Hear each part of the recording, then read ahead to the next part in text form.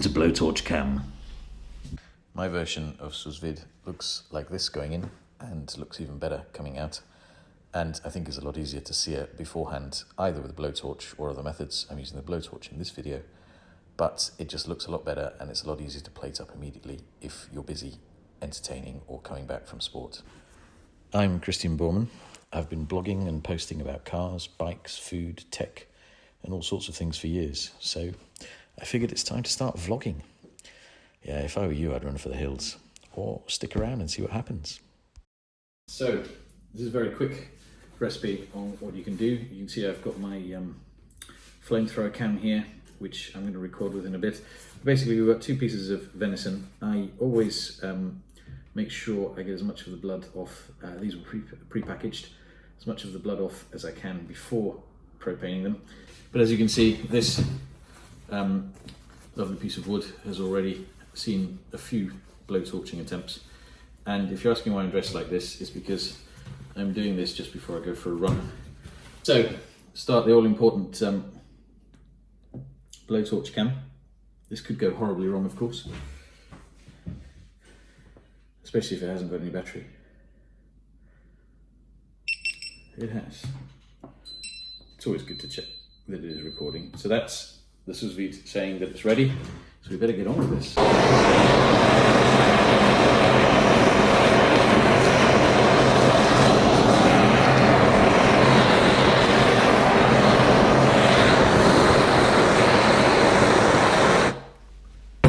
Welcome to Blowtorch Cam.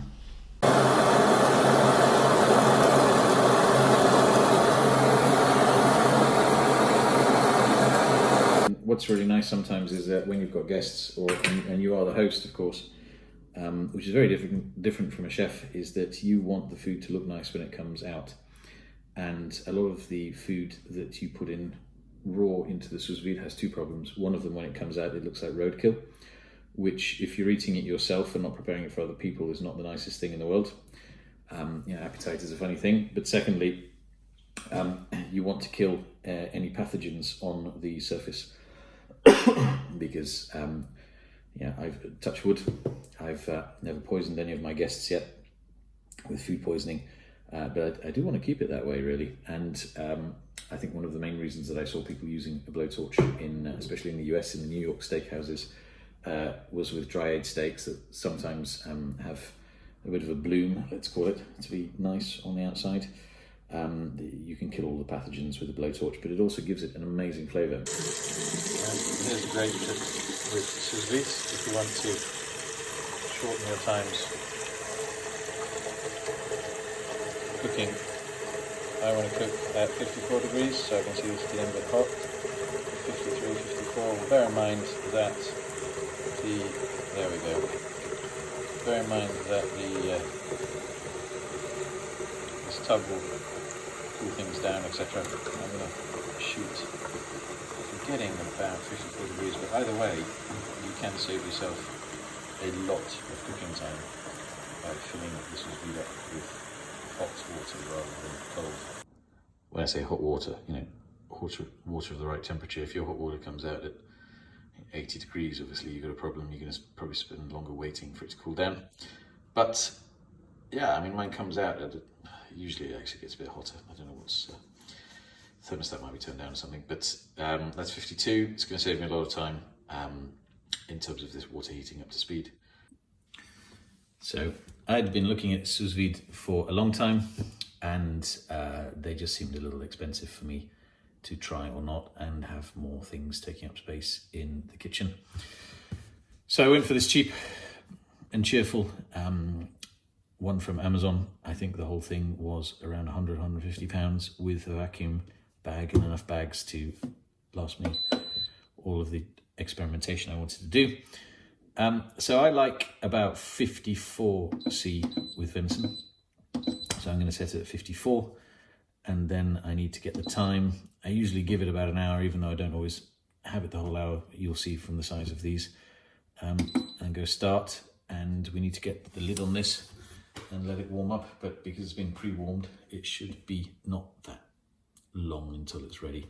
And obviously that little light will change and tell me it's ready. Right, so we're now ready to put these ingredients into one of these bags. Generally it's not good to put too many into one. Now, one thing I did want to say quickly is so this is a cheap and nasty one that came, not cheap and nasty, cheap and cheerful one that came with the sous vide. I always take these out when you're storing it, because if they go a bit flat, if you manage to close it without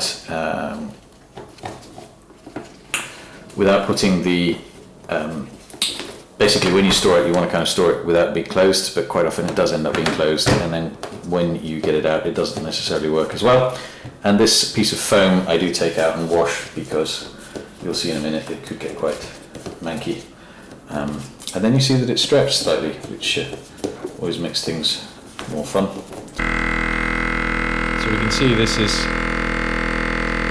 sucking all the air out quite nicely. We don't need to help it. Now, here's a key moment. If you can see this liquid still going up, then there's still a vacuum, and it's fantastic. Doesn't always happen, especially on these cheaper lower-end devices. What can happen is that the vacuum vacuums, and then the seal doesn't seal quite well enough, and suddenly a load of air comes back in. I think if it is good, you can usually take this off and go for another seal. If I'm a little bit worried, what I'll do is hit that seal button again and make sure. So yeah, as you can see, this sous vide is ready. Still got an hour on the clock.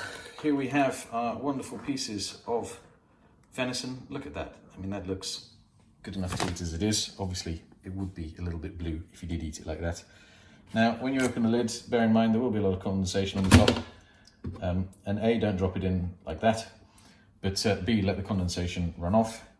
And then we put our 2 venison pieces in there. I'm going to hand hold this so you can see. I generally leave this end out, just so you can see it's easy to control. If it does ever leak, I mean, obviously that end is already in there, and if it leaks, it leaks. But you just leave one less element to not leak. And make sure though, however, that it is pushed down so that the meat is actually inside. And you see that one isn't, but we're going to do something about that, and I'll show you that trick now. And that's going to be after we press start. Don't press this off button. It's a huge pain, and yes, I have done it. So if you find that your piece of meat is not sinking as you would like it to, and obviously it's not going to be in contact with the water, there's a very simple trick. Careful not to burn yourself, because even though it's only 54 degrees, it is rather warmer than your body's expecting. Is you can fill a ramekin like that and put it on top. Make sure you get your lid back on pretty quickly, and there we go. You can see they're beautifully submerged in the sous vide, and they will cook rather nicely. So we're at 59 minutes. I'm going to do a minute countdown every minute, another piece of video. Only joking, that would be very weird. So here we have 58 minutes. No, I am only joking. I wouldn't do that to you. This is the last sort of minute countdown video.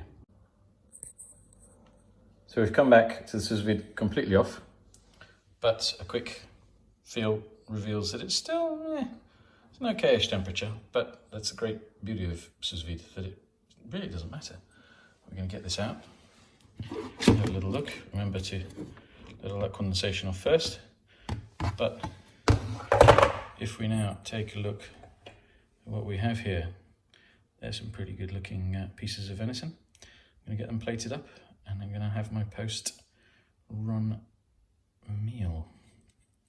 So here we are. As promised, I am safely back from my run, and here we have the lovely sous vide venison steaks. There are 2 of them. Now, one of the problems of cooking more than you need, with the good intention of, before going for the run, of keeping some of them, but then coming back from a run, is that you may eat all of them.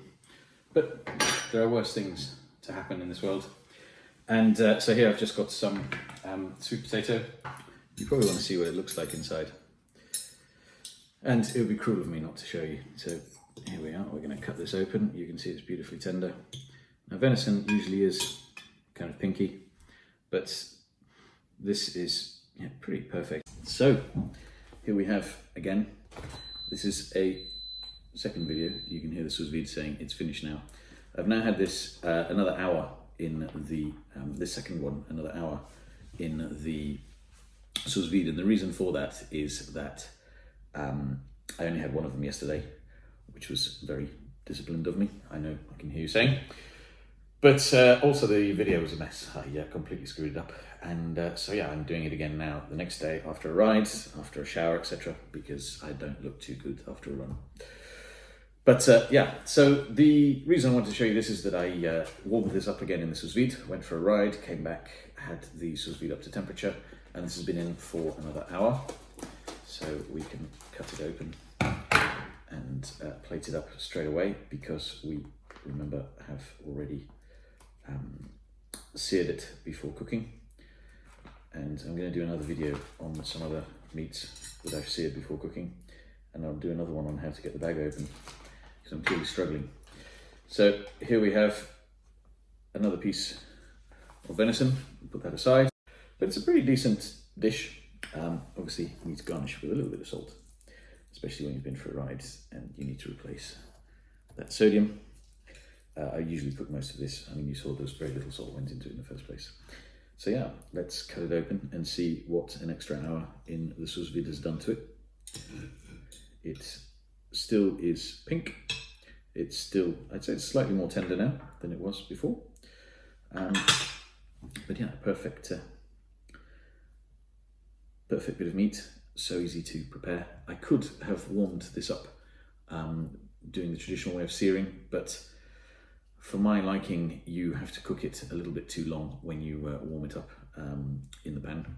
You can put it on very low with a bit of oil, but at the end of the day, you end up with the same problem where you have mess, smells that you don't necessarily want in the house, whereas this is completely clean, quick and easy. That is my sous vide venison. It happens to be served with sweet potato on the side, but it's not been sous vide, it's done in the oven. This is another point I did want to say, is that if you're having people around, obviously, where I said earlier, what you don't want to be doing is getting up from the table and going off, coming back smelling of fry up, having one rare, one medium, one the rest. Can I have yours? Do you want mine? Mine's better done than yours. They're all uniform, they're all brilliant, you don't smell. Anybody, you know, even a child could plate this up because there's nothing that's going to burn them. But finally, the final point is what I did say is that I don't sous vide my vegetables, and there is a reason for that. And that is that if you sous vide your vegetables and everything when people arrive, there is no smell to the house. And yeah, I think that's a kind of important part of the cooking. And it doesn't really matter how bad a cook you are, by putting vegetables in an oven at any reasonable temperature, they are not going to smell bad. They're not going to burn. They're not necessarily going to be full of free radicals. They're going to be good. And when people come through, they have a lovely smell that goes with the smell of searing your meat with the blowtorch.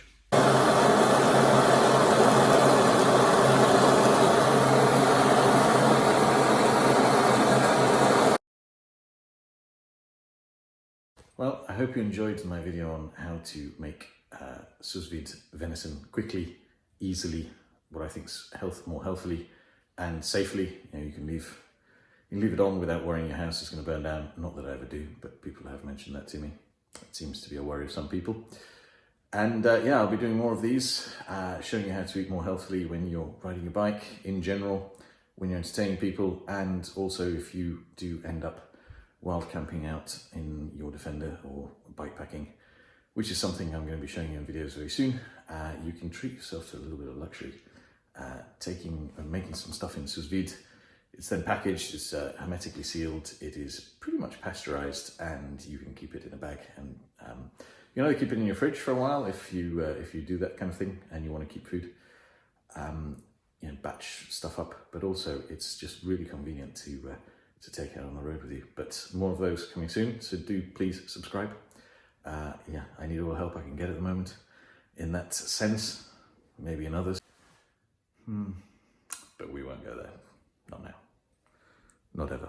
But yeah, I'll see you in the next video. Thanks for watching. Bye.